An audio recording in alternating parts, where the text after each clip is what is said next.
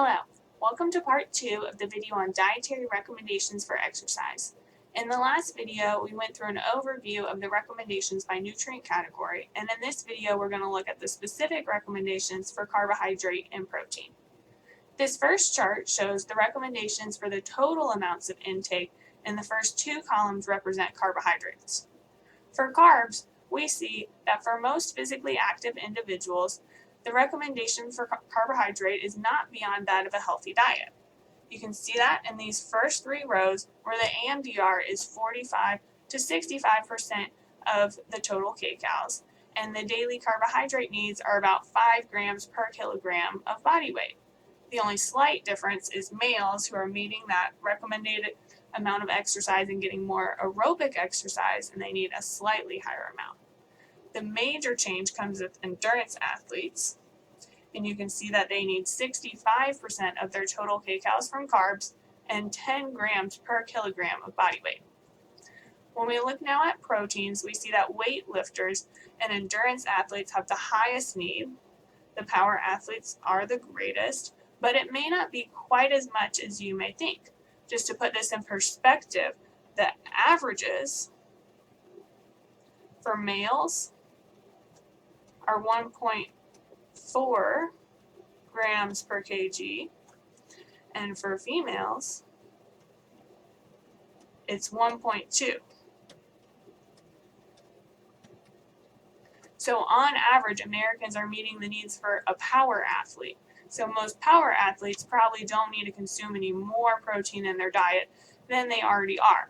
And if you consume more protein than your body needs, then you're just going to convert that protein into fat for storage, and that's how excess protein can actually lead to more adipose tissue.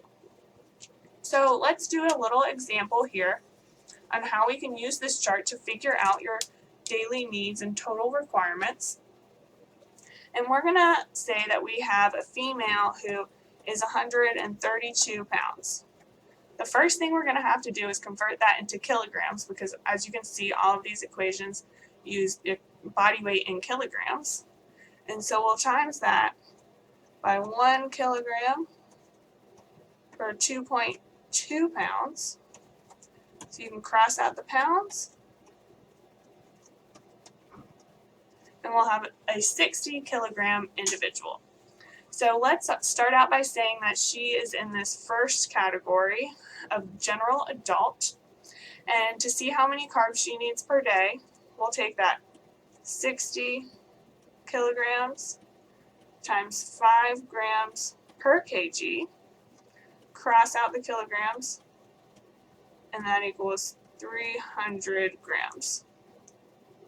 So this is carbohydrate.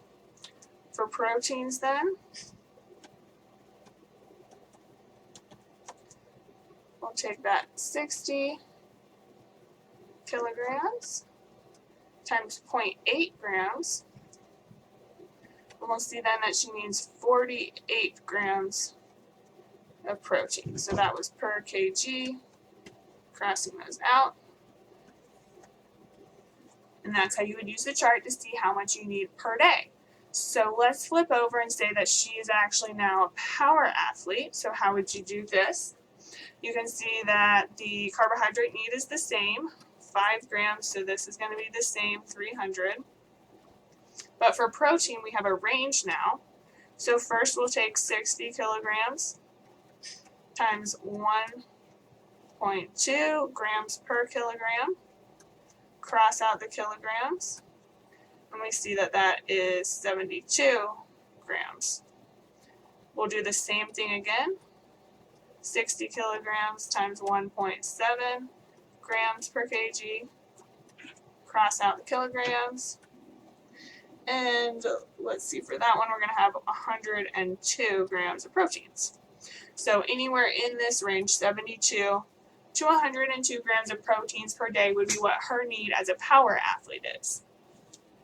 Now, when we're talking about endurance athletes, we also want to consider the timing of carbohydrate to maintain that blood glucose, especially on days when you're performing an event that's greater than 90 minutes.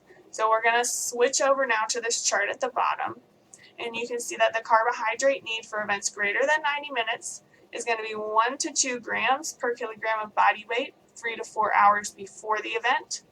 Then you want 30 to 60 grams per hour during the event, and that can be from fluids or food. And then 1 to 1.5 grams per kilogram of body weight of carbohydrates within 30 minutes, and then continuing that every 2 hours for 6 hours to fully replenish those glycogen stores.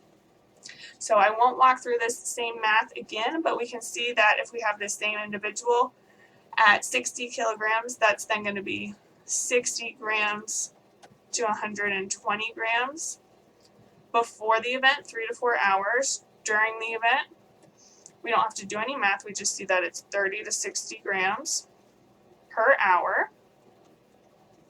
And then after the event, 60 to 90 grams.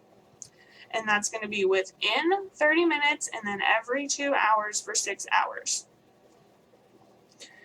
Okay, so I just want to put this in perspective a little bit more with what kinds of foods that might be.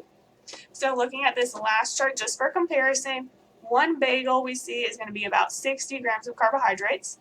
So you could have one bagel 3 to 4 hours before the event, or even up to 2 bagels.